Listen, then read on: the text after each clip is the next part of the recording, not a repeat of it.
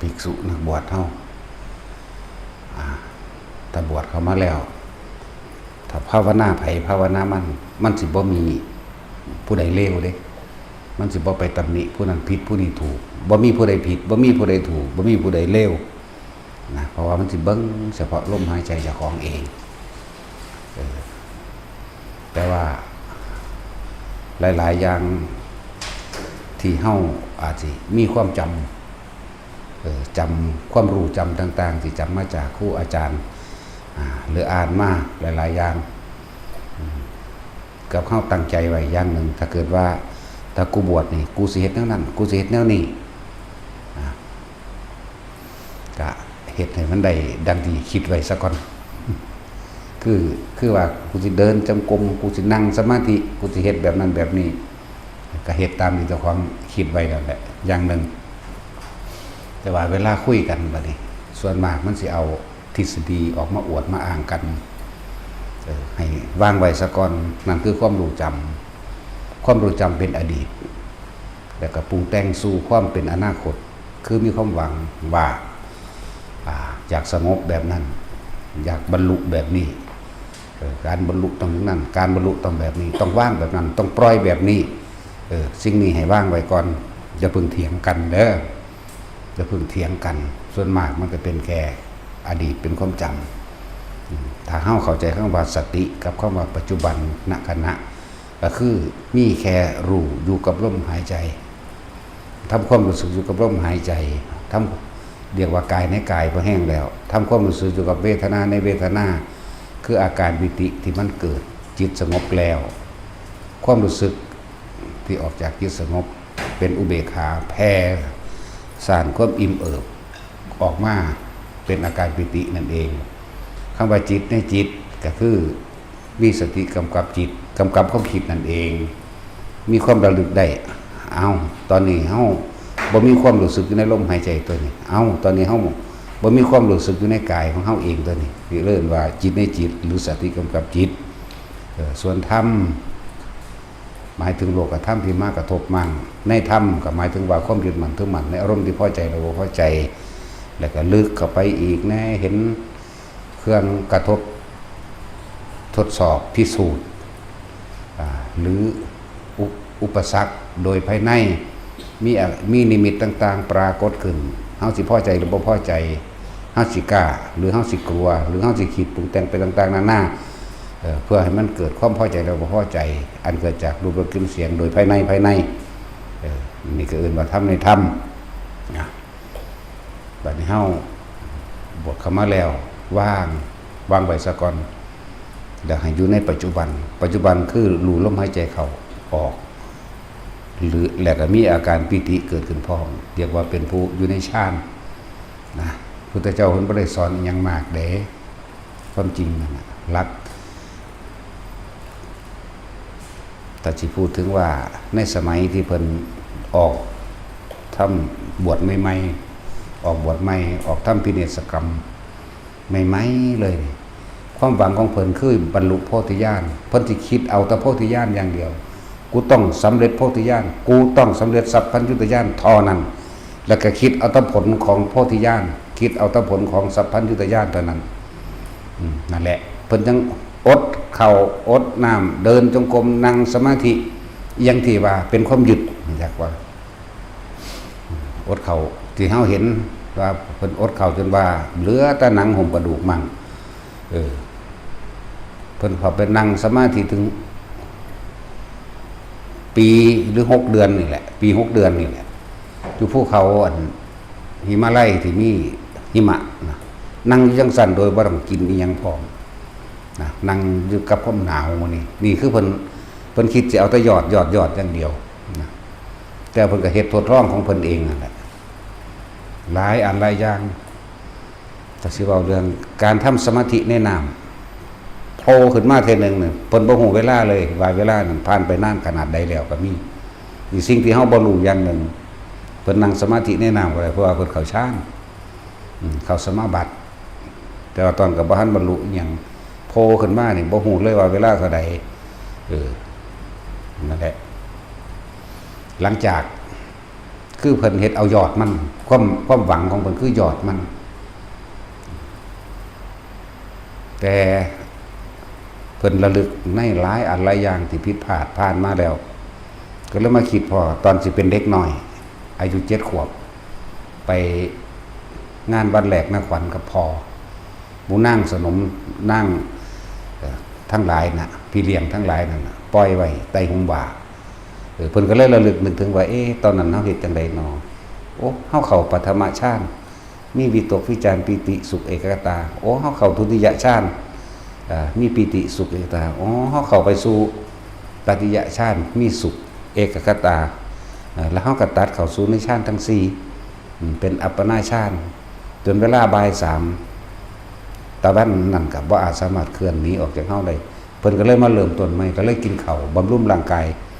ให้เกิดความสมบูรณ์ของร่างกายซะก่อนนะนั่นแหละจังหวะเพิ่นจึงเริ่มมาอยู่กับลมหายใจคืออานาปานสติบัดนี้จังหวะ คือพอเข้านี่ก็อย่าเพิ่งเป็นหยังอย่าเพิ่งเป็นอรหันต์เถาะขอให้อยู่รู้ในปัจจุบันซะก่อน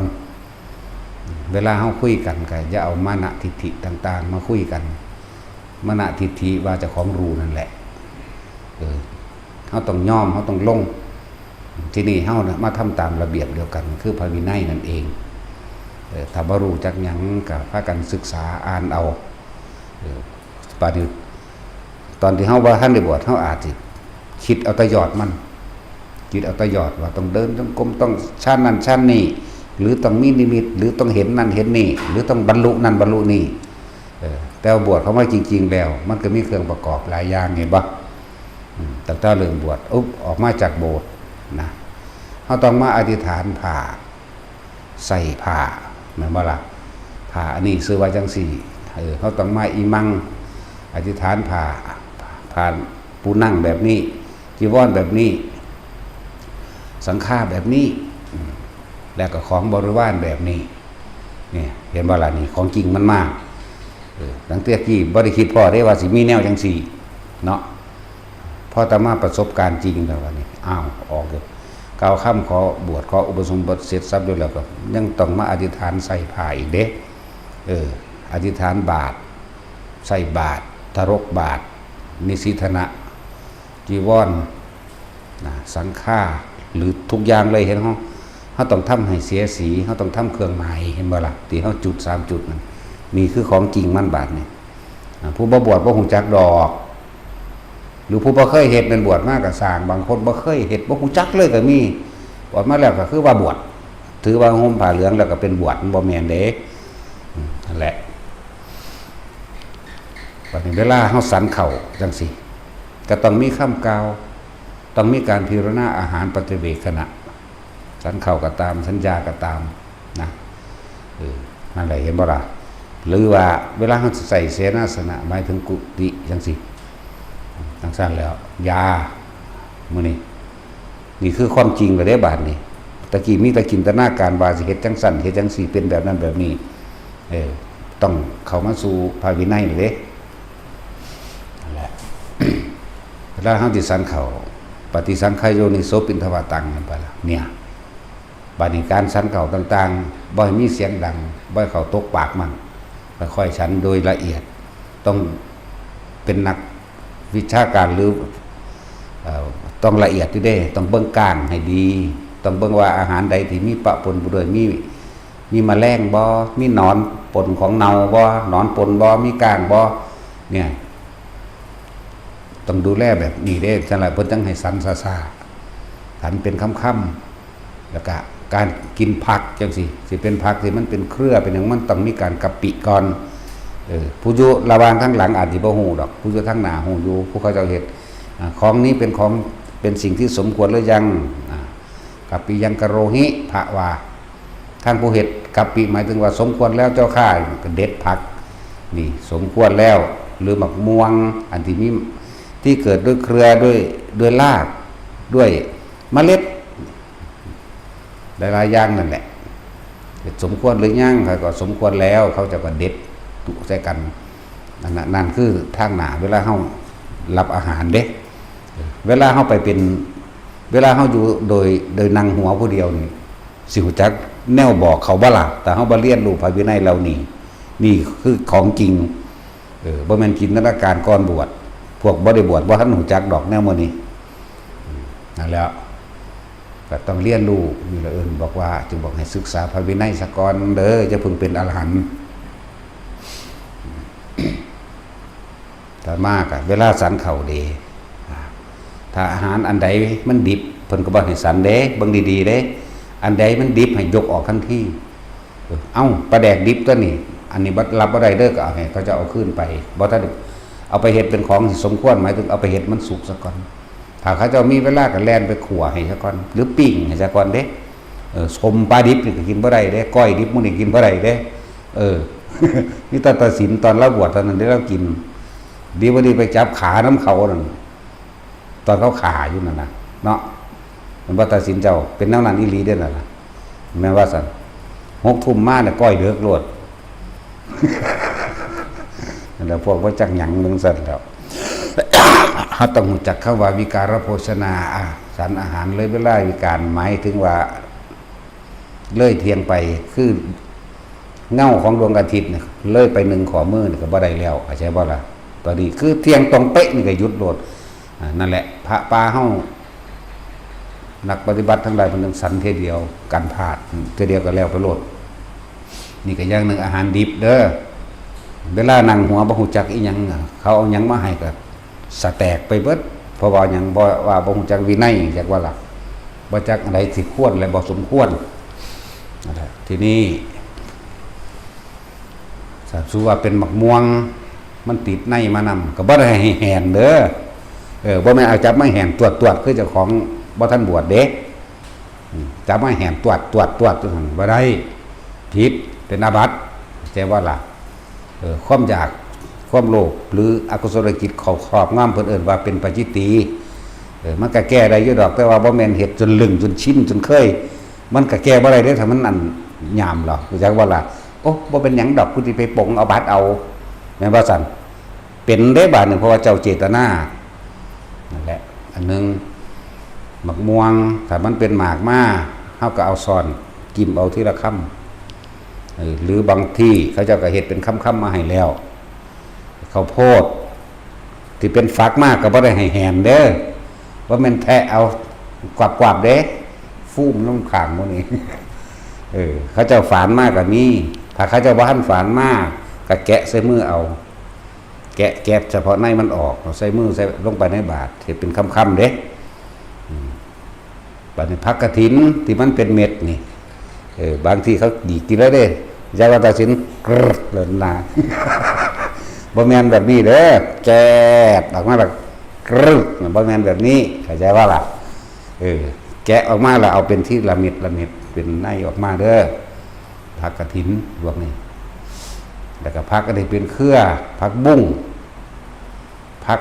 นอกผักหยังนั่นน่ะเฮาต้องเอามาม่วนให้เป็นคำๆซะก่อนคำพอดีหยัดลมปากเข้าใจว่าหยัดลมปากเด้เด็ดอันใดมันเกินไปก็เด็ดออกเด้อหมักทั่วจังสิบ่แม่นให้กัดแงบๆเด้ปกติเฮาบ่ทันได้บวชนั่นน่ะเฮากัดโลด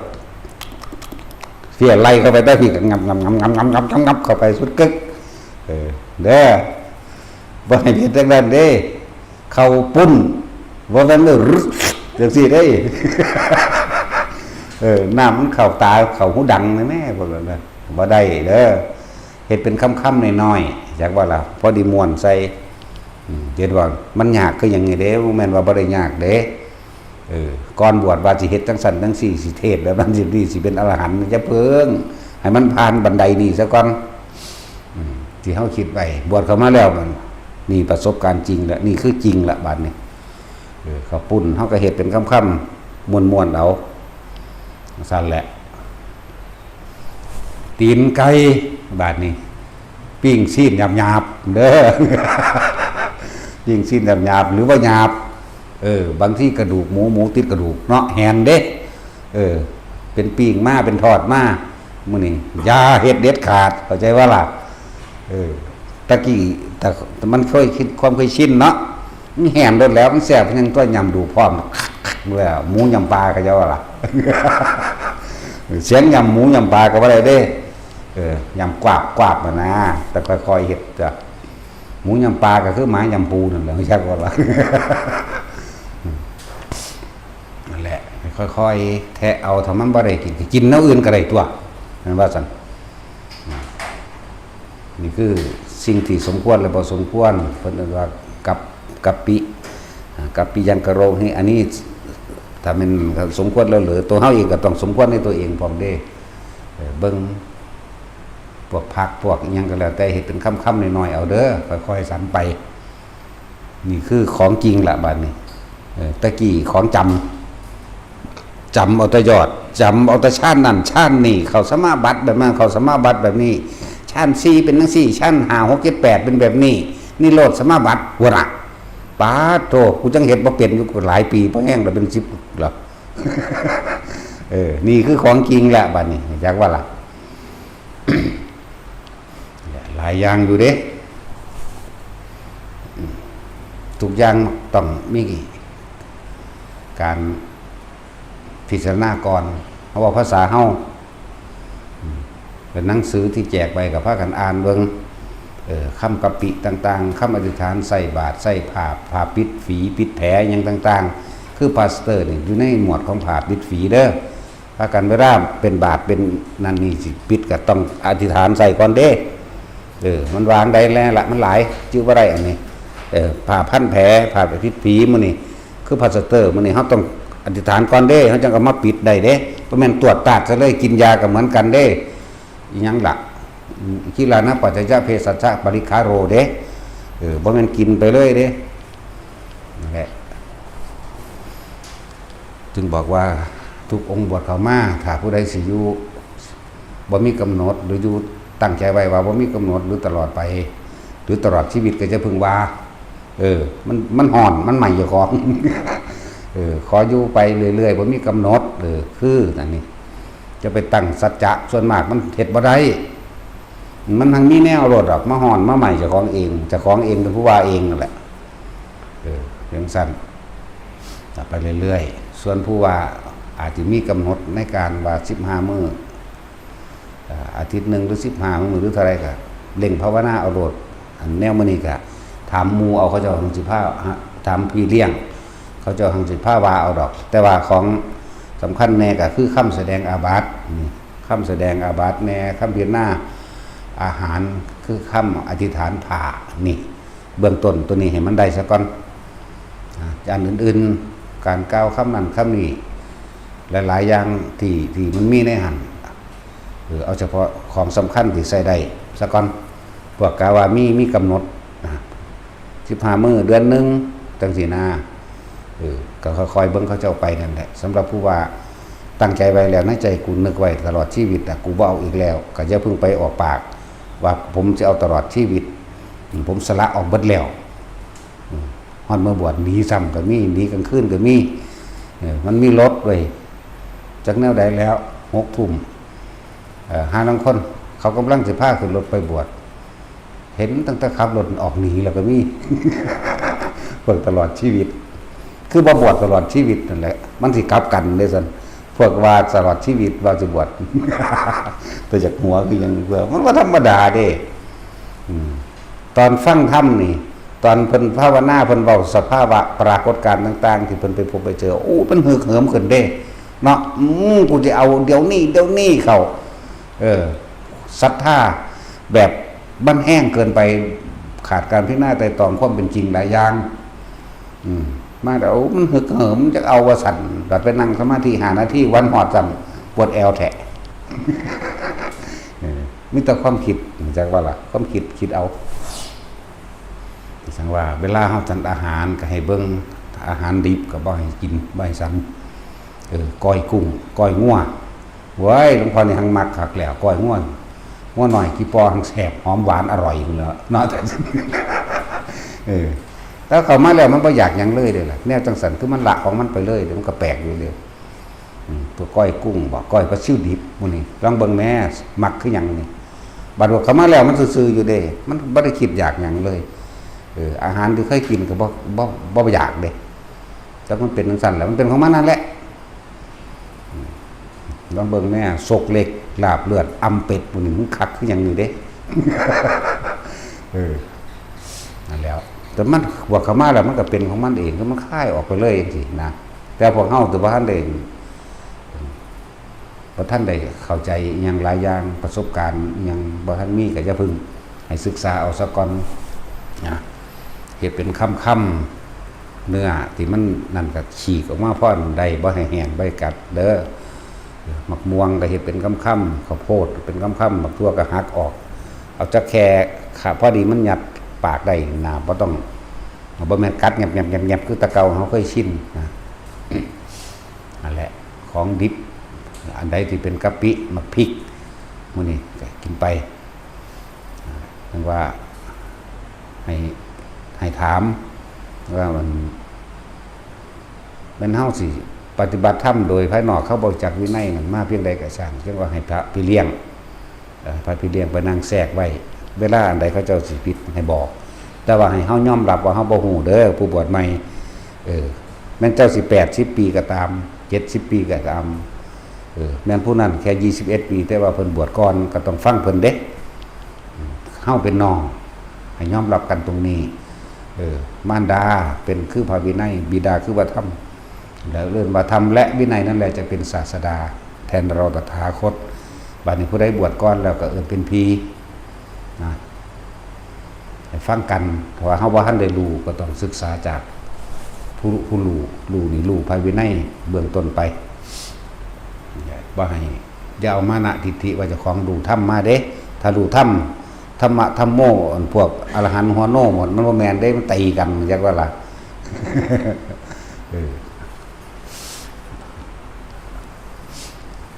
อรหันต์หัวโน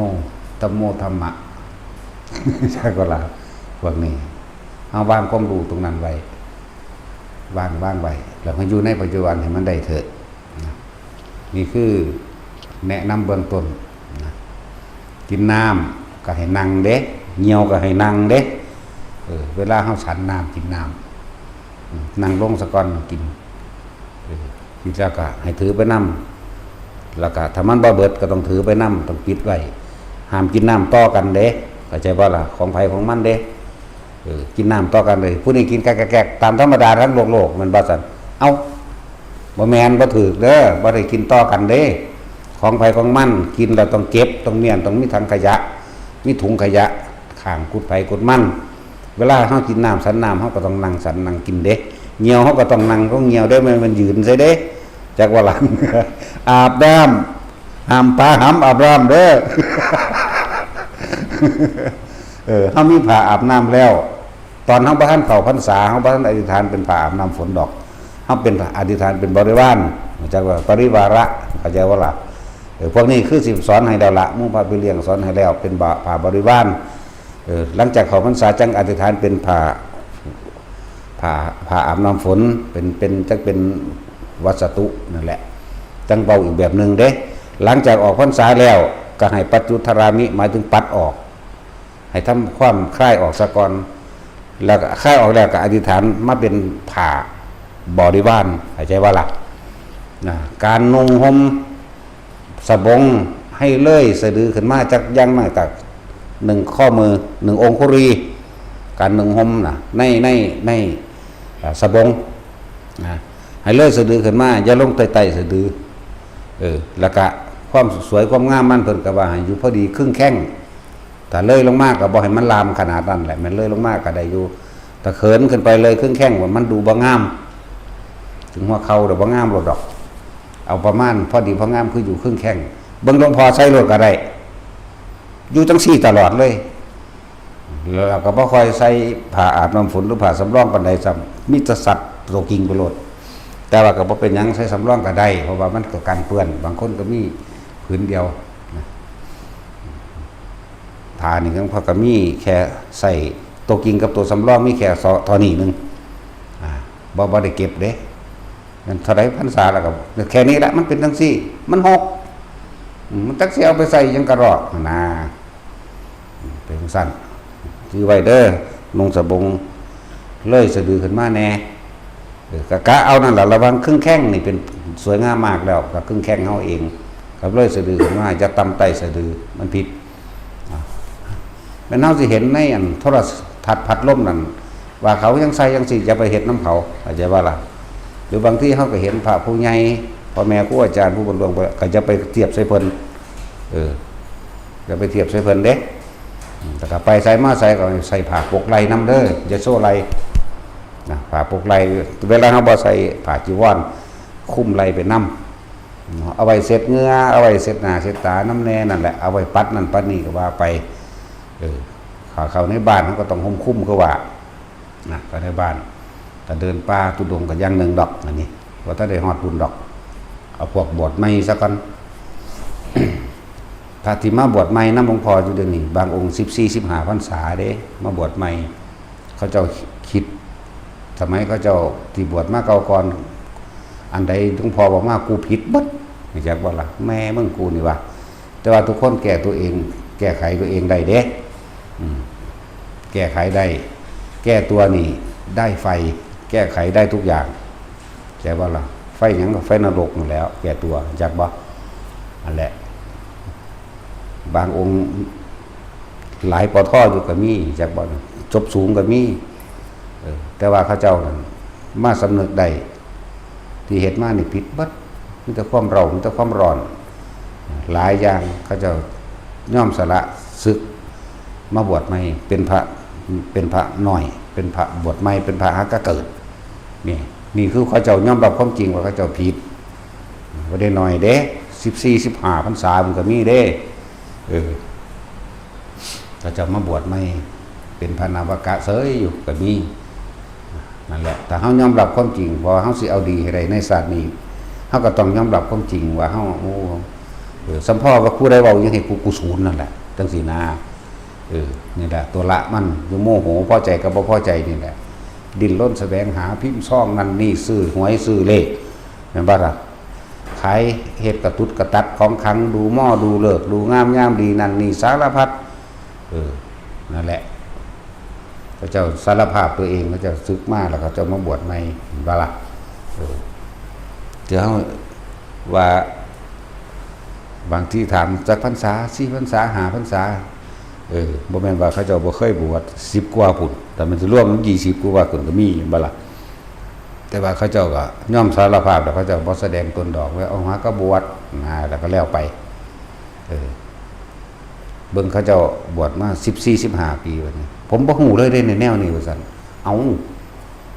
อาจารย์ผู้อยู่ในสำนักผมเขาเจ้าบ่ได้สอนเด้นะจังซี่ก็มีเด้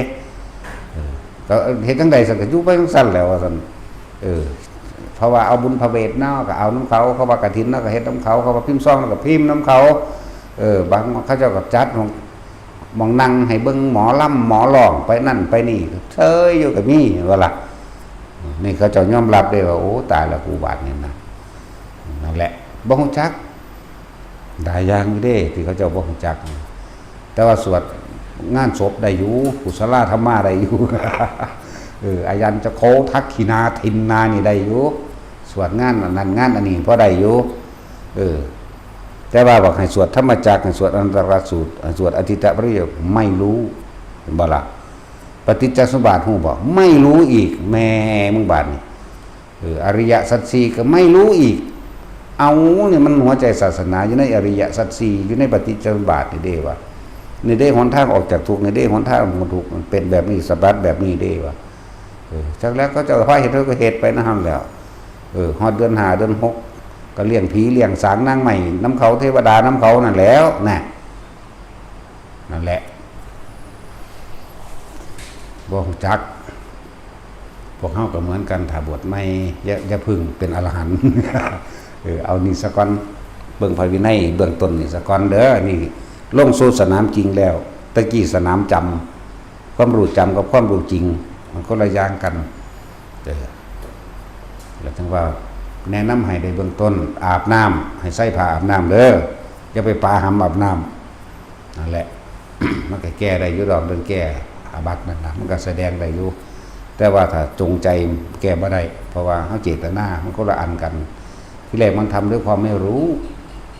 พอความเคยชินเนาะ ความเคยชินสมัยเฮาบ่ทันบวชมันก็ปลาหามอาบน้ำแล้วแต่ผู้หญิงก็ปลาหีโลดเด้เนาะผู้หญิงก็เหมือนกันได้จังว่าปลาเด้ หาผ้าบางๆใส่ไว้แน่บ่เป็นตาเบิ่งดอกเลยเฒ่าเตะให้อยู่ไว้ก็เลยตุ้มหนุ่มตำยาม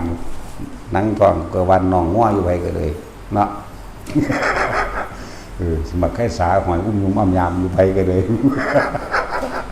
เดี๋ยวเบิ่งผู้ใดก็ดีจังซั่นแหล้วนั่นแหละหาผ้าอาบน้ำผู้นี้ก็นุ่งสิ่งเอาพระเฮาก็ต้องใส่ผ้าอาบเด้อนี่คือเข้าสู่สนามจริงแล้วนี่เป็นความรู้จริงๆแล้วปฏิบัติจริงๆแล้วตะกี้เฮาอาจสิเอาแต่คำของพ่อแม่ครูอาจารย์ของอาจารย์องค์นั้นองค์นี้มีตั้งแต่เอายอดมันมาเว้ากันคุยกันหลายพื้นฐานบ่รู้จักหยังในการฝึกหัดปฏิบัติแต่คนบ่ได้พื้นฐานบ่มีทางว่าสิได้ยอดมันฟังแล้วบรรลุเลยมันบรรลุบ่ได้ดอกถ้าบ่เปิดการปฏิบัติเข้าใจบ่ล่ะก็แม่นอยู่ถ้าสิไปเทียบเรื่องโบราณเขาเจ้าปฏิบัติมาเนาะมันเต็มพอแห้งแล้วเด้นั่นน่ะเพียงแต่คือเขาเจ้าได้ฌาน4ได้ฮอดอรูปฌาน4เป็นสมาบัติ8แล้วเพียงแต่ฟังพระพุทธเจ้าบอกว่าสิ่งใดสิ่งหนึ่งเกิดขึ้นเป็นธรรมดาสิ่งนั้นก็ต้องแตกดับเป็นธรรมดาอันเราไม่ควรเข้าไปยึดมั่นถือมั่นสัพเพนารังอภินิเวสายะเขาเจ้ายึดความสงบเขาเจ้าติดสมาบัติจังสิพอตาฟังนะโอ้พวกคนยึดตัวนี้แตกปัวมันก็บรรลุอรหันต์เลยได้อยู่แต่ว่าตอนนี้เฮาแค่นั่งอยู่จักหน่อยก็บ่ทันชั้นเชิญยังวันหูจักซ้ำแม่นบ่ล่ะนั่นแหละมันก็เลยบ่ค่อยมีปานใดส่วนมากมันคือเฮาไปจำมาแล้วก็เอามาเป็นว่าถ้าเอาชนะกันทั้งความเห็นซื่อๆเด้ก็เลยบอกว่าทุกคนว่างลงสะก่อนสิ่งเหล่านี้พระวินัยเป็นที่กล่าวอย่างสะก่อนฉันเข้าเฮ็ดจังใดอันใดควรอันใดบ่ควรพักนี่อันใดมันเกิดด้วยรากเกิดด้วยครัวก็มีการกะปิเวลาสิยัดเข้าปากก็เฮ็ดเป็นคำๆซะก่อนนี่แค่อบรมเบื้องต้นหรืออบรมเบื้องต้นให้เพราะว่ามันเป็นของที่เฮาเฮ็ดซุมื้อเฮาไปซุมื้อเวลาบิณฑบาตก็จะเลี้ยวพุ่นเลี้ยวพี่แงกพุ่นงอกพี่ไปเหลือกตาเบิ่งผู้นั้นผู้นี้เฮ็ดหยังนี่ก้มเบิ่งดังเจ้าของนี่ย่างก็มุบไปโลดแต่ก็เวลาสันเข้าห่มผ้าว่าบิดลูกบัวเฮานี่อย่าให้มันตกไหลถ้ามันตกไหลปั๊บฟ้าบิดขึ้นมาใหม่โดดกดไว้โลดจะให้รสชาติอาหารเหยียบหัวจักว่าล่ะจะให้มันหลงไปเพิ่นมันสิฮ้อนมันสิหยังก็แล้วแต่ต้องเฮ็ดเพราะว่ายังให้สติรู้อยู่ในกายเหมือนเดิมมันจะกายนอกกายหยาบไปรู้อยู่ในกายในปัจจุบันนี้ตอนแรกเฮาท่านได้จับลมหายใจเฮาบ่ทันได้เห็นลมหายใจในตนเองเฮาบ่ทันได้เข้าถึงขั้นว่าเห็นตัวเองหายใจนี่เฮาก็ต้องควบคุมความรู้สึกให้มันอยู่ในโตซะก่อนตัวนี่พื้นฐานมันเห็นบ่ล่ะแต่เฮาเก่าเห็นมาของเฮาก็มีหลายหม่องอยู่เฮาไปอยู่นำก็ดีฮ้อนสะออกเลย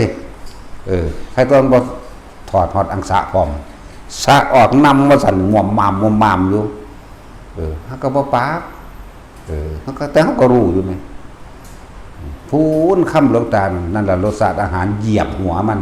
เหยียบกระบาลมันนี่บ่ได้บวชหรอกคือวัดตันตานั่นน่ะแต่ว่าเฮาก็ฟังเอาเบิ่งเอาแล้วเฮาก็อยู่หั่นเบิ่งเขาเจ้าแต่ว่าบ่ได้เบิ่งด้วยสิตำหนิจะผิดไผเบิ่งไว้เป็นคติตัวอย่างไว้สอนเจ้าของเองเด้บ่ได้ไปตำหนิไผบ่มีผู้ใดเลวจะคนดอกนักภาวนาจริงๆมันสิบ่เบิ่งผู้อื่นเลวเด้มันสิเบิ่งเจ้าของอย่างเดียวหลายอย่าง เวลาผ่าตกปุ๊บฟ้าบิดขึ้นมาครับไว้นี่เป็นผู้มีสติรู้สึกอยู่ในกายมันสิเป็นของหยาบๆก็ตามก็เรียกว่ากายครับส่วนกายในกายคือลมหายใจอยู่แล้วพอเฮาบ่ทันได้เข้าถึงขั้นนั้นเฮาก็ต้องรู้กายหยาบๆซะก่อนเนี่ยนึงเด้อบ่ให้เป็นหลงรสชาติในอาหารนั้นนี่ถึงขนาดนั้น วิธีเก็บบาตรล้างบาตรหรือต่างๆหมู่พระพี่เลี้ยงเพิ่นก็สิคือสิแนะให้แน่แล้วล่ะแนะให้แน่แล้วเวลาบิณฑบาตเฮาก็เหลือบตาเบิ่งประมาณโดยปลายจมูกเจ้าของเองมันได้สิข้ามถนนก็จะแงกผู้แงกพี่เบิ่งเอา แยกด้วยความระวังนั่นแหละนะนี่ก็เป็นเบื้องต้นคนเฮาถ้าบ่ได้พื้นฐานเฮ็ดจังใดมันจะได้ยอดเนาะอ่านกอไก่บ่ออกบ่จักสระบ่จักผสมอักษรจังใดมันสิเอายอดได้ต้องเป็นธรรมดาเฮาก็ต้องเรียนรู้ไปตรงนี้ซะก่อนว่าสำคัญคือพระวินัยบวชเข้ามาแล้วสิเอาหยังเป็นเครื่องรักษาถ้าบ่รักษาพระวินัยถ้าเฮารักษาพระวินัยดีแล้วพระวินัยสิมารักษานักบวชเองเพิ่นเอิ้นว่าศีลเป็นเกราะป้องกันภิกษุนักบวชทั้งหลายถึงว่าเริ่มจากตัวนั้นมาแล้วโตศีลจริงๆนั่นน่ะโดยอธิศีลอธิจิตอธิปัญญาอย่างมันก็ขึ้นอยู่กับตัวไร้เจตนานั่นแหละเราไม่เคยมีความคิดเบียดเบียนทำร้ายผู้ใดผู้หนึ่งชีวิตและทรัพย์สินตลอดทั้งมนุษย์และอมนุษย์แล้วนั่นเป็นอธิแล้วเป็นปริเฉดนั่นเป็นยอดของมันแล้วว่าต้องสามารถทานว่าต้องขอว่าต้องยั้งกับไผอีกว่าต้องแสดงยั้งก็ได้นะถ้าเราแสดงก็แสดงอยู่ดอกโดยสมมติหนึ่งเพื่อเป็นตัวอย่างให้มุรุ่นน้องๆเฮ็ดนำนี่แนะนำเบื้องต้นให้รองเท้าเฮาก็ใส่ที่สมควรสีเดียวกันซะเอาสีเหลืองๆนี่แหละตายังก็ตายังดาวยังบ่แม่นดาวเทียมมันหนัก ตาสร้างดาวเนาะเอามื้อนี้ล่ะใส่เป็นสีเดียวกันใส่จะมาใส่คือหลวงพ่อเด้สอนผู้อื่นแต่ของกันบ่สอนเอาไว้เด้ผู้มันสิว่าผู้ใส่แมงเบิดแล้วใครว่าบ่ใส่รองเท้าบูท เนาะตัดสินรองเท้าเฮาก็ใส่นั่นแหละเกือบชีพมันแหละมันสิคิดยากมันแต่ใส่แบบผู้หลวงพ่อน่ะถ้าสิเอาตามนั้นมันจริงๆมันผิดเด้มันบ่เปิดเผยเนาะเป็นโรคเลื่อนอยู่บ่ขี้ทูดอยู่บ่หรือตีนกุดบ่อะไรว่าล่ะที่มันเพิ่นบ่ให้ใส่รัดปลายเท้าและส้นน่องเกือบชีพแล้วก็แล้วดอกว่าสิอธิบายไปอย่างไรเนาะห้าลำองค์เพิ่นบ่ใส่ก็เห็นบ่อีพญาเยือนอีเปิมเลยหนังหยาบแล้วหนาคักแล้วนะ เพิ่นเลยบ่ยากลำรองเท้าเห็นบ่หลวงพ่อใหญ่เยือนนั่นเทพปูนกระสางกูยังหวมๆไปโลดเลยบูดไปแล้วรุ่นหนังหนารุ่นนั้น อยู่บ่บานำเด้ นั่นแหละบ่ใส่ก็ได้นะนี่คือแนะนำเบื้องต้นให้พระวินัยเบื้องต้นที่เฮาต้องเฮ็ดทุกมื้อแนวมื้อนี้เฮาต้องเฮ็ดทุกมื้อเด้เวลาเฮาปิ้งกระดูกหมูมาจังซี่บ่ให้แห้งเด้ให้ฉีกเอาฉีกสัมภามันบ่ได้ก็บ่ต้องกินหัวมันแล้วนอกอื่นก็มีดอกเว้ยเนาะปลานี่วางดีๆระวังก้างนะก้างมันจะฆ่าข้อนั่นนี่แล้วก็อาหารบางอย่างมันอาจสิมีหนอนอยู่ในผักในหญ้าใช่บ่ล่ะแหละเพิ่นเป็นหยังคือบ่ให้เฮากินอาหารดิบเพื่อสุขภาพอย่างนึงเป็นพยาธิพยเยอะก็ว่าไว้นั่นแหละแล้วก็ให้เบิ่งดีๆผักบางทีมันอาจสิมีสังเสชะตัวยึกๆในหั่นเดี๋ยวพยาธิเหมือนพยาธิเส้นได้ก็มีเด้ผักแว่นผักนอกหยังพวกนี้ผักบุ้งพวกนี้ก็มีให้เบิ่งดีๆแต่มีแล้วให้เอาออกทันทีเลยจะกินนะเพราะฉะนั้นเพิ่นสิมีฝาปิดห้องน้ำฝาปิดน้ำอาบน้ำนั่นเพิ่นบ่ให้ยุ่งไปใครใส่เพราะว่าเฮาสิไปเทมันตายคือต้องป้องกันระวังแน่นั่นแหละนี่คือให้เบื้องต้นส่วนละเอียดก็นั่นก็ต้องไปอ่านเอานำเด้มันมีเนื้อหยะหลายคือหยังนี่ตั้งแต่ต้นบัญญัติแรก150ข้ออนุบัญญัติเพิ่มเข้ามาอีกเลยเป็น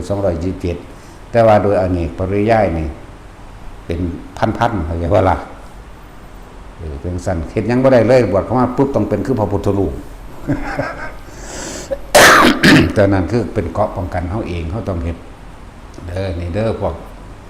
มาบวชเข้ามาใหม่บางคนก็อาจจะเคยบวชมาแล้วแหละแต่ว่าบ่รู้จักหยังก็มี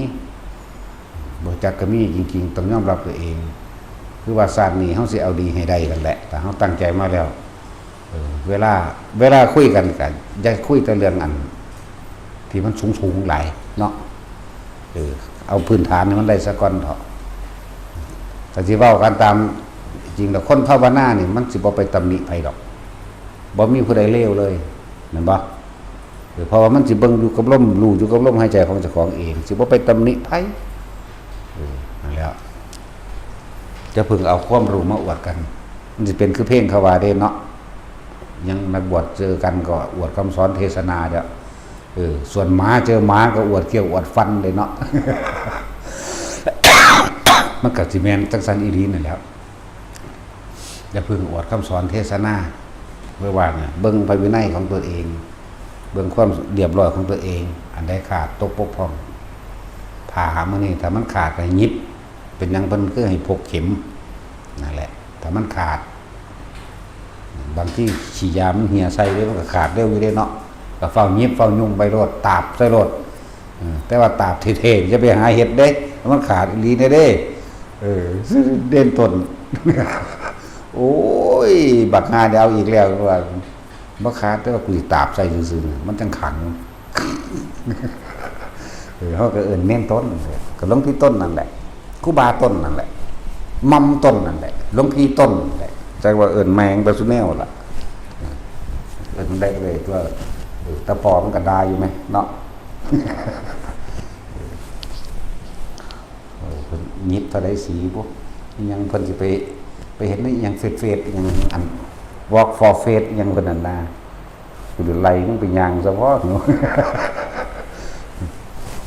เฮ็ดไปเลยเฮ็ดไปมันจังเป็นตะขัง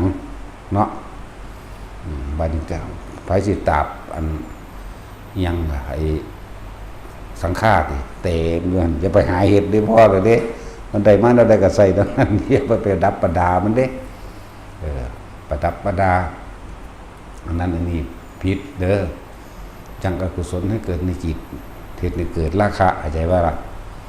จะเกิดความพอใจของดีนั่นนี่ปลูกดอกไม้ประดับประดาน้ำกุฏิมันหยุดจะไปหาเห็ดหอยอีลุงตุ้มยามระยอยระยะมันนี่ผิดเบิดเด้อคือเฮามีชอนั้นเฮาก็อยู่ทอนั้นเข้าใจว่าล่ะเราจะไปหาเนี่ยมาประดับประดานั่นแหละมันหลายอย่างคือยังไปอ่านเอาเองมันก็จะชื่อว่าได้ทั้งเบิดดอกเจ้าก็พกอยู่ตลอดเด้ไปทั้งใดว่าทั้งใดพกเอาเลยอริยวินัยเล่มน้อยมันจะเบิดมันเหลือแต่เล่มใหญ่พกยากกดนัก หลายกิโลวัง2-3 กิโลหรือหนังสือเรื่องกันเลย ถ้ารักการปฏิบัติจังสิถ้าจะได้รักการตรงๆแน่กับเบิ่งในพระวิสุทธิมรรคเอาเด้อถ้าจะรู้จักหลักการถ้าบอกกันเองมันจะเถียงกันอาจารย์นั่นอาจารย์นี่มันจะเอาความเห็นจากของเป็นไงมันสิทะเลาะกันแต่ถ้าเฮามาเหตุเป็นหนึ่งอันเดียวกันแล้วต่างฝ่ายต่างรู้วินัยเสมอกันแล้วบ่มีทางทะเลาะกันบ่มีทางมันสิอยู่เท่าใดร้อยเท่าใดพันก็บ่ทะเลาะกันเด้บ่ถกบ่เถียงกัน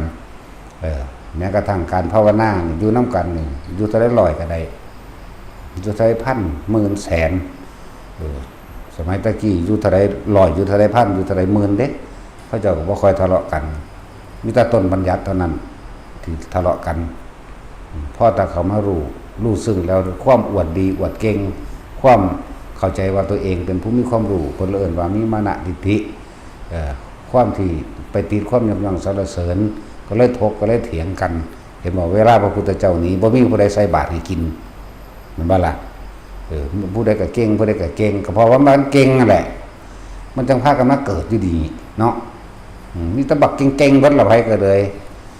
ฮู้ว่ากูเป็นไผเบิดนั่นแหละไปถามยมบาลว่าอยากฮู้ มันก็เที่ยวเวียนเกิดเวียนตายนี่แหละฮู้เพราะว่ามันบ่ได้ฮู้เจ้าของตั้งแต่ตัวเองแท้ๆมันก็จะไปถามว่ามึงฮู้บ่ว่ากูเป็นไผเนาะมันก็เลยเที่ยวเวียนเกิดเวียนตายเพราะว่ามันบ่ฮู้จักเจ้าของจักว่าล่ะ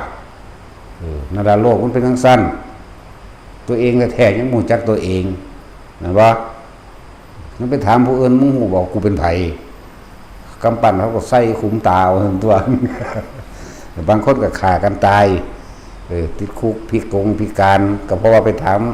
เพราะว่าบ่ฮู้จักเจ้าของไปถามผู้อื่นว่ากูเป็นไผเนาะ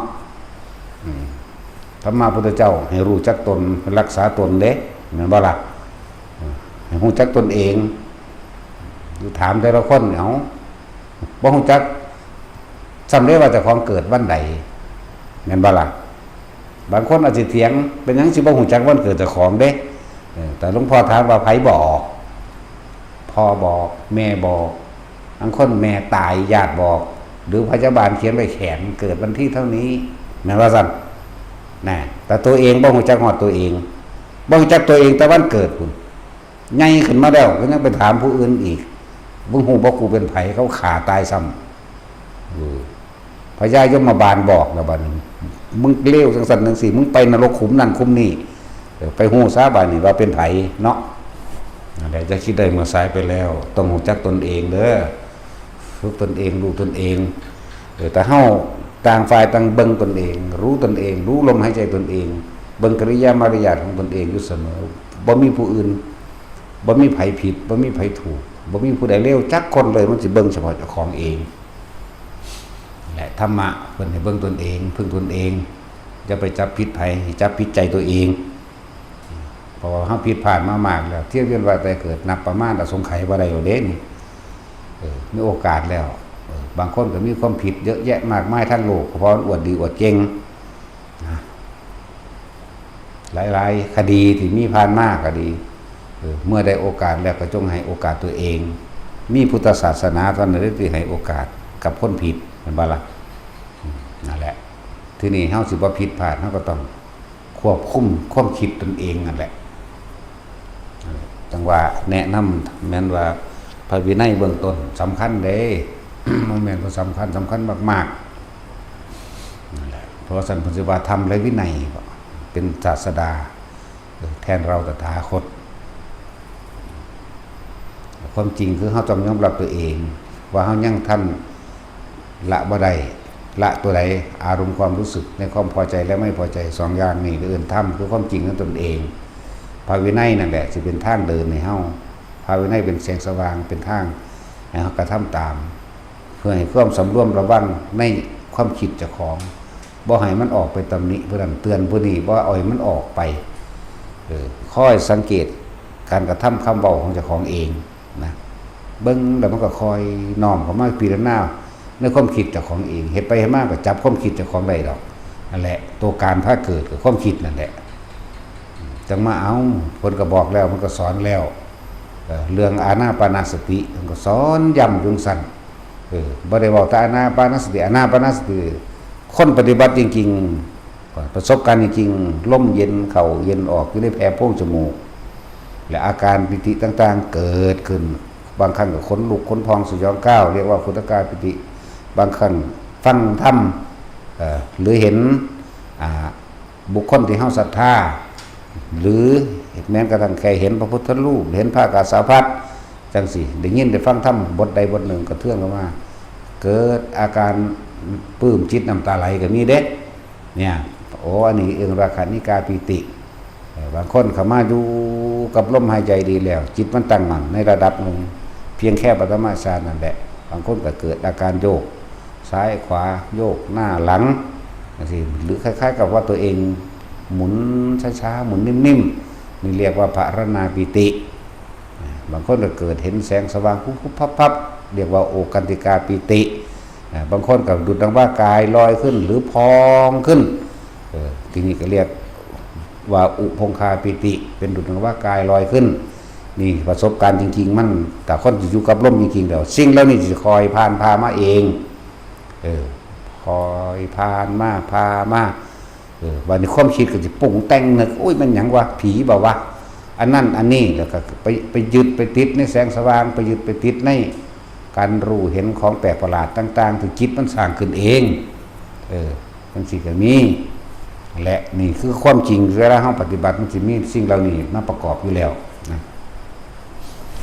นี่คือแนะนำพื้นฐานให้แต่ละคนให้มันคง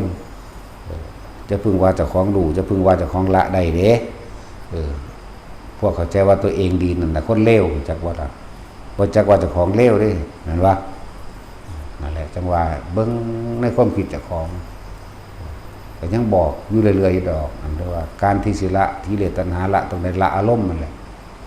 อารมณ์มันเกิดบ่ได้พอใจก็บ่เกิดบ่พอใจก็บ่เกิดนั่นแหละคือละก็เลยบอกว่าเอาตัวเองรู้ในตนเองตัวเองพยากรณ์ตัวเองได้ก็เอาอารมณ์ความรู้สึกพอใจกับไม่พอใจเกิดขึ้นมาได้แม้นเขาด่าแม้นเขาเบียดเบียนแม้นเขาหยั่งเต็มที่หรือแม้นเขาสิยกย่องสรรเสริญ ในได้ลาภได้ยศได้อีหยังต่างๆมานะมันซื่อๆอยู่ในความรู้สึกอันละทั้งอื่นว่าละก็เลยว่าเอาตัวเองพยากรณ์ตัวเองเอาตัวเองเด้อบ่ผู้อื่นบ่รู้ได้เด้ผู้อื่นบ่รู้ได้ดอกแต่ตัวเองนั่นแหละสิรู้ได้ความรู้สึกนี่โกหกตัวเองไม่ได้เลยนะจ๊ะว่าล่ะมันตัวเจ้าของบ่ได้ดอกแนวมื้อนี้แหละแต่ว่าวิธีการของมันก็อยู่กับลมหายใจอยู่กับอาการปิติมั่งคืออยู่ในโอวาทปาติโมกข์เพิ่นแสดงไว้แล้วสัพพะปะปัสสะกรังกุลสุปสัมปทาสิตะปริจุตังเอตังพุทธานัสสะสนัง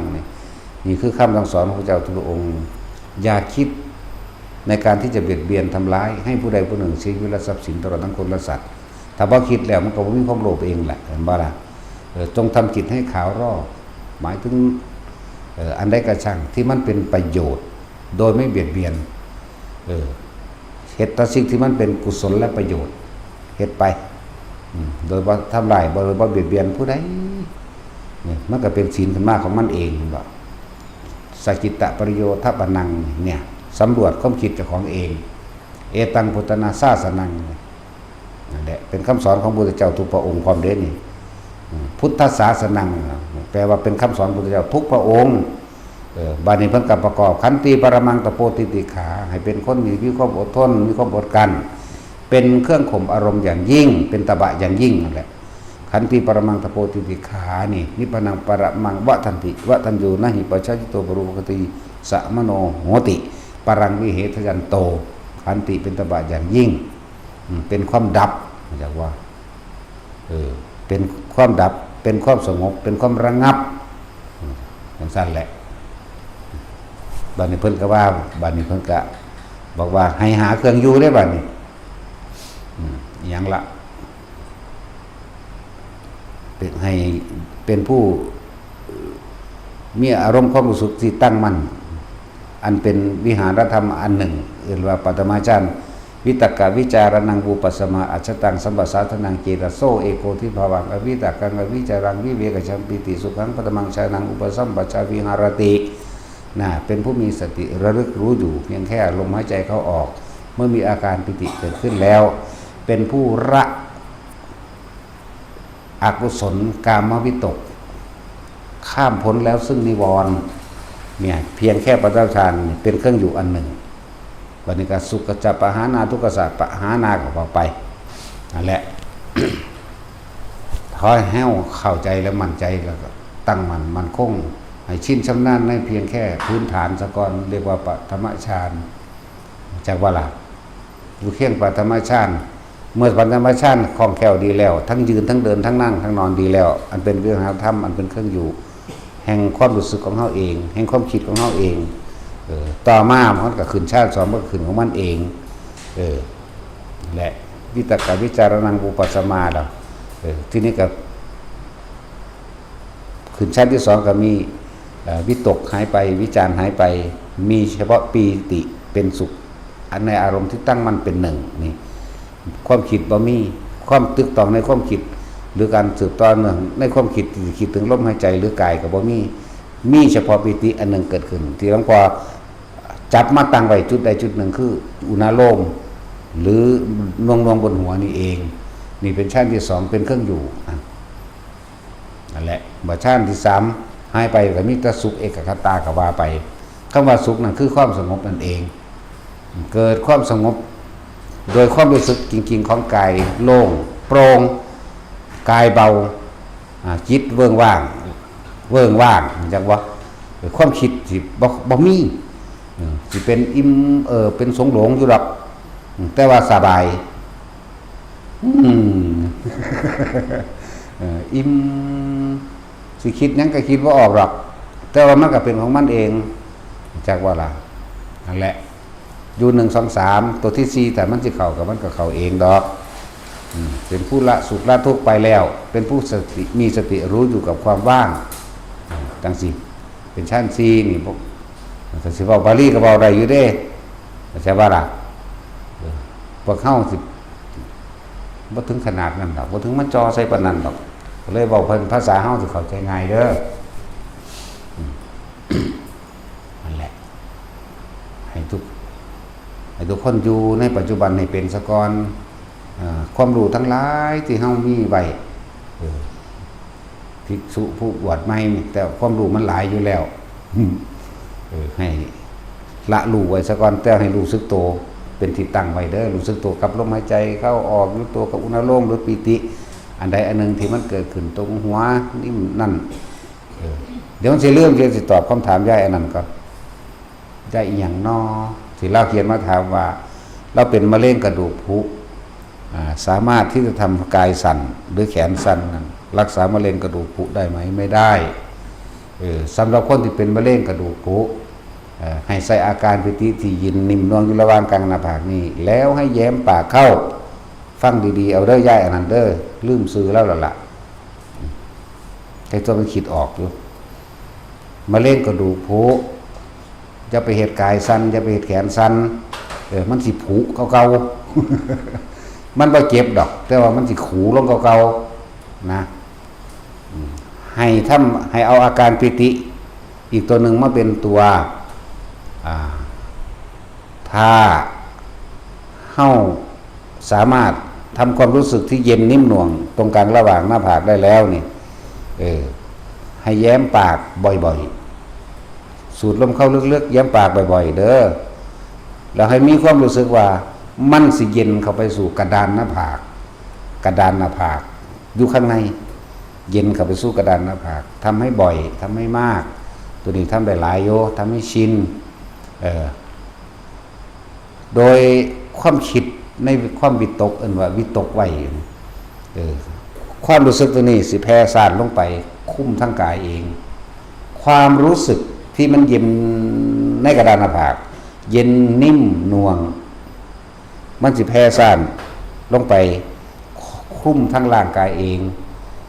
ถึงมีอาการขนลุกปนไปพร้อมให้เฮ็ดแบบนี้ทำให้มากทำให้บ่อยได้ยิ่งดีนะแต่ว่าตัวเฮ็ดกายสั้นแขนสั้นนี่อย่าเฮ็ดมันสิเพิ่มผุเข้าอีก มาเล่นกระดูกจังส่วนผู้เป็นอย่างอื่นทำกายสั่นได้เข้าใจบ่ล่ะว่าสิเป็นหัวใจตีบสมองตีบมาเล่นอย่างอื่นหรือโรคหยังก็แล้วแต่สามารถเฮ็ดกายสั้นได้เข้าใจบ่ล่ะโยกได้สั้นได้เว้นไว้แต่มะเร็งกระดูกผุมันสิผุเก่าฟังเอาเด้อยายอันนั้นเด้อซ้ำมันคิดออกมันพุดขึ้นมาให้ตอบเรานั่นแหละเอาเน้นย้ำเวลาความรู้สึกเฮาลมหายใจฟึบเฮากลมลงซื่อๆมันถ้าคนเป็นแล้วเนี่ยแม่นนิ่งๆอยู่ซื่อมันก็เกิดขึ้นปุ๊บขึ้นมาเองแบบตรงกระดานหน้าผากนะที่นี่เพิ่มแย้มปากนิดหน่อยแย้มปากน้อยสูดลมหายใจเข้าลึกๆยาวๆแล้วมันจะเย็นเข้าไปตรงกระดานหน้าผากหมายถึงกระดานหน้าผากข้างในบางที่ก็เย็นเข้าไปตรงระหว่างสมองก็จะว่าล่ะเหมือนกับว่าหัวกะโหลกไหมหัวกะโหลกข้างในไหมเย็นลึกล้ำเข้าไปสั่นทำให้บ้าทำให้บ่อยเดี๋ยวมันจิคลุ่มลงไปในร่างกายเองถ้าผู้เคลื่อนเป็นแล้วถ้าผู้ใดเคลื่อนความรู้สึกนี้เป็นแล้วโดยใช้ความรู้สึกเคลื่อนความรู้สึกสามารถเคลื่อนไปทั่วร่างกายได้แต่ถ้าเคลื่อนยังไม่เป็นเลื่อนเพราะท่านเป็นเด้อเฮ็ดเรื่องสั้นแหละทำให้มากทำให้บ่อยเดี๋ยวมันจะปล่อยลงไปคลุ่มของมันเองมันจะปล่อยความรู้สึกนี่ทั่วหัวเลยบัดนี้หัวเฮาก็จะเป็นนิ่มนวลไปเบิดเงียบหยาบมีอาการตึงหน้าตึงเย็นลงเข้าไปในระหว่างกลางศีรษะสมองแล้วมันจะคอยแล้วมันจะคลุ่มไปเบิดทั้งร่างกายแม้เนื้อในก็จะเป็นเนื้อในกระดูกก็เป็นแล้วเนื้อนอกหรือหนังนอกเฮานี่ก็สิเป็น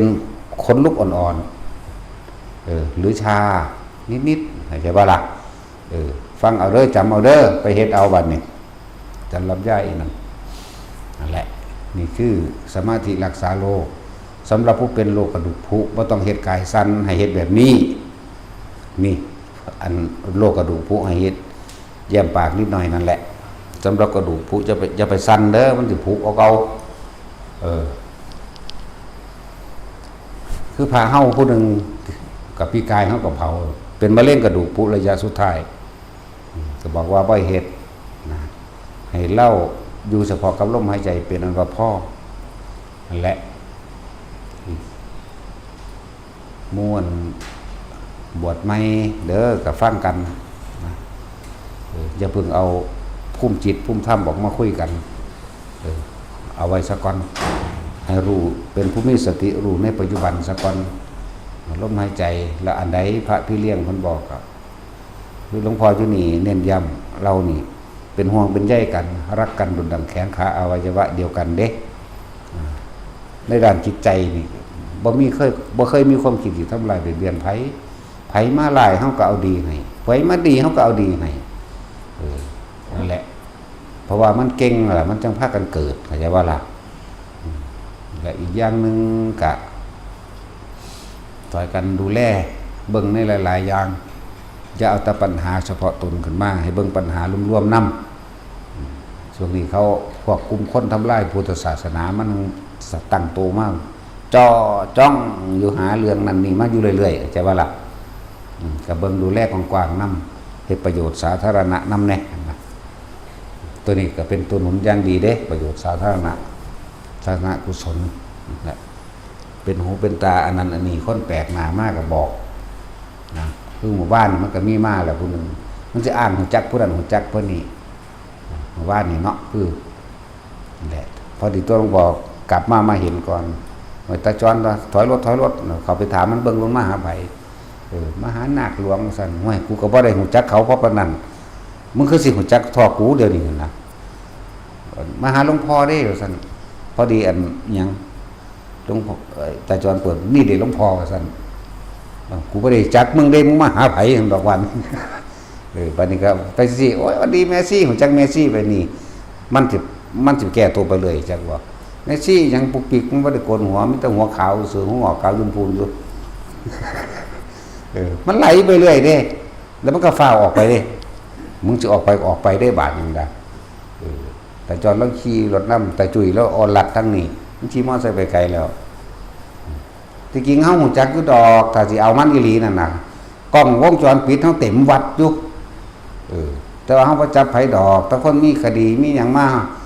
เฮาไปตรวจเบิ่งในบัตรแล้วหูจักแล้วก็ยังว่าให้หนีไปก่อนเศร้าเฮายังบ่ได้จับเนาะแต่ว่าถ้ามาบุกมาตีมาฆ่าเฮาก็ฆ่าแม่งขึ้นคือกันเนาะแต่จริงโอ้ยปานนั้นว่าบ่เบียดเบียนไผก็บ่เบียดเบียนไผ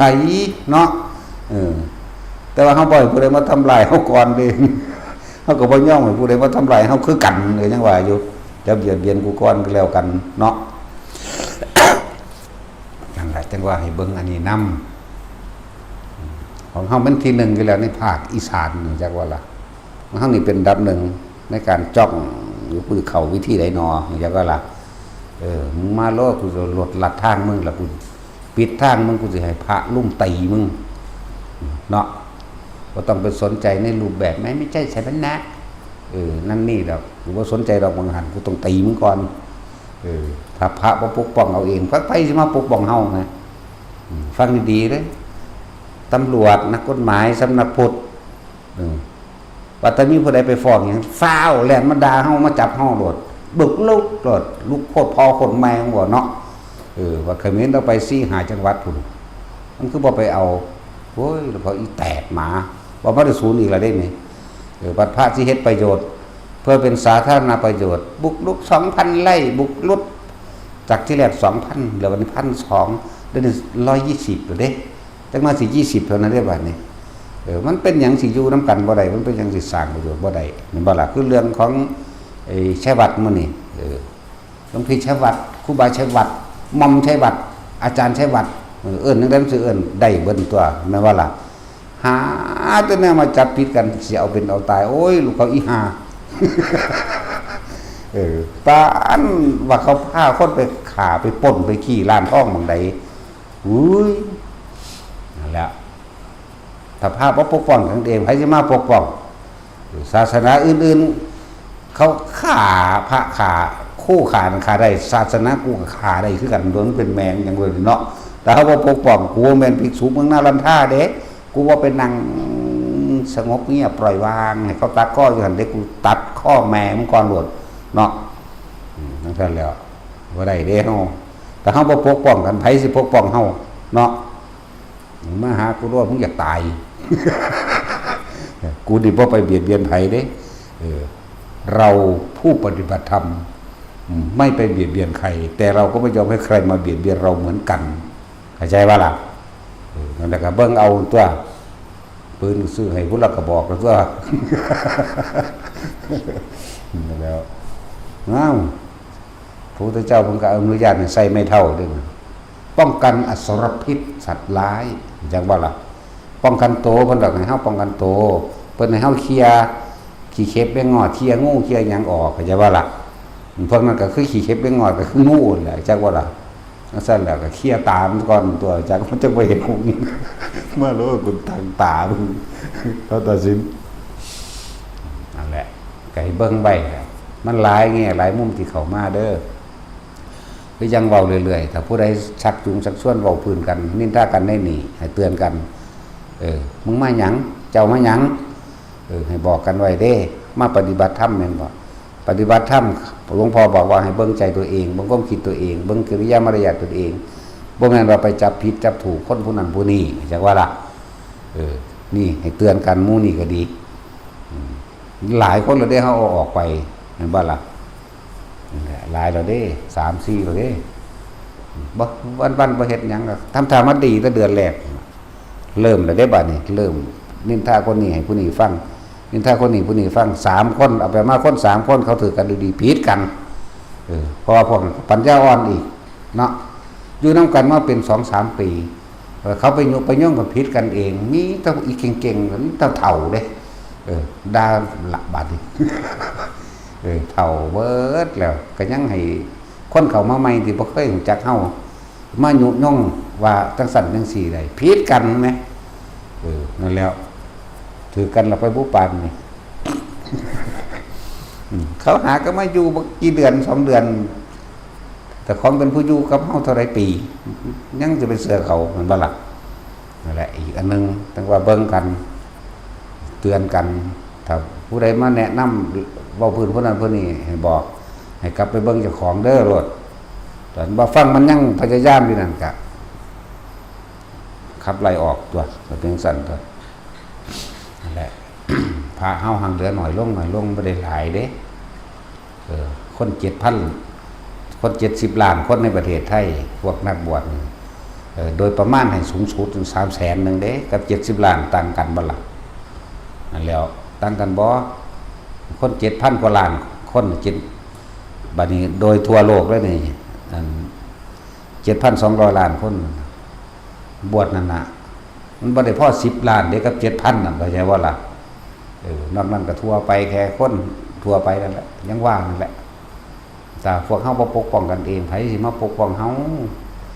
ของบางอย่างก็ปล่อยไว้ซะก่อนไว้รูปแบบเนาะตีปากแมงซะก่อนก็เลยนั่นแล้วมันแปลกอยู่อย่างหนึ่งคนไทยเฮานี่เวลาสิเอาจับผิดจับแปรศาสนากันมันสิเอาความผิดให้ได้มันจะเอาเป็นเอาตายกันเด้มันบ่ได้คิดว่าสิปองดองสามัคคีอันใดพอสิเอื้อเฟื้อแก้กันเฮ็ดได้บัดนักการเมืองโกงทีละ10,000 ล้านแสนล้านมันเป็นแมงคือบ่เก็บตำรวจเองแท้ๆก็สู้กันอยู่เพราะฉะนั้นคือบ่จับกันเองตำรวจเขายังซอยตำรวจห้วยพระบ่ซอยพระสิหมาทั้งใดมาซอยตัวนี้เนาะศูนย์ขึ้นมาได้บาด ถ้าพระบ่ปกป้องกันเองใครสิปกป้องเฮ็ดคือเถียงกันบ่แม่นเถียงเอาชนะเด้ในระหว่างเขาเจ้าตักเตือนกันโดยพระวินัยเด้เห็นบ่ล่ะคือเฮาว่าให้พวกเฮ็ดกระตุ้ดของขังเฮ็ดน้ำมูกน้ำมนต์น้ำมันบอกเลขบอกฮอดบอกเบอร์พระวินัยบ่มีสอนบ่แม่นสิเอาชนะกันเอาเป็นเอาตายแบบนั้นท่านนี่เลิกซะเด้อนี่เฮาเน้นย้ำพระบวชเข้ามาแล้วให้แบบนี้เด้อส่วนคนธรรมดาทั่วไปอยากเฮ็ดจังได๋ก็เฮ็ดโลดมันเป็นอาชีพแม่นบ่ล่ะพวกขายพระขายของขังขายยังกระสร้างดอกอันที่เกี่ยวกับบ่แม่นในคำสอนพระพุทธเจ้านั่นตั้งแต่เขาหาปูหาปลามาขายก็ยังหามาขายเห็นบ่ตั้งเขาเปิดโรงฆ่าสัตว์ขายเหล้าขายเบียร์เขาก็ยังหามาขายแต่ว่าหมู่พระบ่ให้เฮ็ดเฮ าเป็นผู้นำทางจิตวิญญาณเฮาเป็นผู้นำทางสัมมาทิฏฐิสิไปเอามิจฉาทิฏฐิให้เขาบ่ได้นี่บ่มาแม่นโกรธแค้นกันเหมือนคนมาว่าให้พระเด้อันนี้โอ้ยคือสิฆ่ากันตายนี่เนาะพวกบ่บวชนั่นแหละมันหลายจะคิดว่าหลายเด้นักบวชบางคนก็ว่าโอ้ยพระตกนรกเต็มไปหมดในนรกมันจะหลายหม่องใดเดี๋ยวนี้คนบวชกันหน่อยนึงมั้ยเนาะมันสิเอานรกมาตกอยู่ไสเด้อหลายปานนั้นแม่แม่นบ่ล่ะคนบวชนี่มันบ่พอ10ล้านบ่ในโลกอันนี้เดี๋ยวนี้บัดนี้ในประเทศไทยมัน2-3 แสนนึงนี่เนาะพระเลยไปตกพวกบวชเลยไปตกหลายกูเคยเห็นนึงคนตัวมันตกหลายมั้ยแล้วบ่เอาชนะเห็นบ่ล่ะพวกบ่บวชตัวตกหลายพวกบวชมันนิดหน่อยนึงมั้ยแต่ว่าเราตัดสินจะว่าเอาแต่ละมื้อแต่ละเว้นหาอยู่หากินแข่งขันกันแย่งชิงกันถ้าเอาเรื่องพระมันมั่นปากเขาโลดดอกเนาะมันเบ้ยคือเจ้าของดีนี่คนสิมันบ่เลวแม่มึงบ่ธรรมะมันบ่แม่นอยู่แต่น้ำพระเด้มันอยู่น้ำคนมันอยู่น้ำอันเดียวกันเบิดเด้แล้วเบิ่งผู้ใดก็มีแต่ผู้อวดเก่งหังบ่บวชเนาะถ้าบ่บวชเฮาบ่ยอมรับดอกบ่ยอมรับเลยสิบรรลุหยังก็สร้างบ่ยอมรับยิ่งว่าอรหันต์มันตายมื้อนั้นเลยอรหันต์สิบอกให้ผู้ใดบรรลุอรหันต์มื้อนั้นถ้าบ่ได้บวชในมื้อนั้นก็ตายมื้อนั้นแหละบัดนี้ก็สิมีผู้เถียงแล้วบัดนี้บ่ทันออกจากหูเหี่ยวอยู่ อรหันต์จังได๋ไปเอาหลานกันเอาจังนั้นผิดกันแย่งผัวแย่งเมียกันอรหันต์หีแหน่มึงบอกจังซั่นโอ้ถ้าออกจากหูเหี่ยวบ่ได้จังมาเว้าเรื่องนิพพานอย่าเว้าเนาะแบกตู้พระไตรปิฎกมาหาจับผิดพระโอ้ยอีห่ามึงเอ้ย ทั้งอีทั้งบักล่ะทั้งเคิงอีเคิงบักเราสัตว์แมงเบิดล่ะจักบ่แล้วแต่ของบ่บวชมันมาอ้างว่าบรรลุได้โสดาสันดาวไว้บรรลุกับบรรลุปัตตสูถอดคนบรรลุจริงๆบ่ตำหนิไผได้บัดเข้าใจว่าล่ะคนบรรลุธรรมจริงๆน่ะตโสดาขึ้นไปนี่บ่เคยตำหนิไผเด้โกรธมีไหมมีแต่หายไว้บ่มีปฏิฆะบ่มีอาฆาตเข้าใจบ่โมโหนี่โมโหอยู่เด้แต่สิอาฆาตจองเวรบ่อาฆาตจองเวรเด้ตั้งถ้าพระโสดาบันไปศีลบริสุทธิ์แปลว่าไม่มีคิดไม่มีจิตในการเบียดทำร้ายผู้ใดเพิ่งเสียชีวิตและทรัพย์สินบ่มีเลยเขาสิบ่มีเลยเขาสิบ่ไปตำหนิผู้ใดทั้งสิ้นเวลามีคนตำหนิเวลามีคนย่องเขาก็ดีใจอยู่แต่มีเวลามีคนตำหนินั่นนี่เขาก็โมโหอยู่หังไม่สาปแช่งอาฆาตเพราะสิ่งทั้งหลายเหล่านั้นสะท้อนขึ้นหาเขาเองนั่นแหละพวกโสดาสกิทาคากับแบบนั้นจะว่าล่ะอยากรวยว่าอยากรวยแต่ไม่ทำอาชีพในมิจฉาอาชีวะบ่ขายเหล้าบ่ฆ่ามนุษย์บ่ฆ่าเนื้อไม่ฆ่าสัตว์บ่มีการคดโกงกันแล้วกันจะว่าล่ะนี่อย่างสี่มิจฉาอาชีวะบ่มีเลยนั่นแหละพระโสดาบันมีแต่พุทธธรรมสงฆ์ที่คือความตายชั่วมือเท่านี้มีแต่ความหวังมีแต่ตั้งไว้กับพระนิพพานเท่านั้นส่วนสกิทาคาความโกรธลงได้อีกเท่านั้นส่วนอนาคาละกามไปแล้วมันก็ข้ามโสดาสกิทาคาไปแห้งก่อนเหลือแต่สิบึบใส่อรหันต์บาทเดียวก็ส่วนอรหันต์แต่เป็นฆราวาสบรรลุเมื่อนั้นถ้าบรรลุก็ตายเมื่อนั้นแหละสิไปบอกอย่างถ้าผู้บวชอยู่แท้ๆก็บ่แห้งอยู่เนาะแต่บางในตำราเนี่ยเพิ่นหยังบ่ได้บรรลุอรหันต์บ่ได้บวชก็ตายโลดแม่นว่าซั่นพระหยังแน่แท็กซี่คือหยังพาหิยะเนาะพาหิยะบรรลุอรหันต์ตัวพุทธเจ้าเทศน์สั้นๆเรียกล่ะออกไปง่วงไปละวันส้นตายซ้ำนี่บรรลุอรหันต์สันตติอมาตย์ฆ่าคนตายมากคักๆตัวนั้นก็เลยเจ้าประเสริฐฉลองให้ถึงมีเมียน้อยเมียใหญ่บักหลายมันตัวนั้นน่ะพอตะฟังธรรม4 บาทพระคาถาจบแล้วบรรลุอรหันต์ตายซ้ำคือกันตัวหลายคนอยู่ด้วยล่ะแล้วบ่ได้บวชนี่แหละจังว่าเฮาบ่ได้ยอมรับในเจ้าของบ่บวชให้เขาเจ้าผิดเลยนั่นไปซะก่อนพระเพิ่นพระกับพระเพิ่นเอากันเองดอกแม่นบ่ล่ะสุดาธรรมดา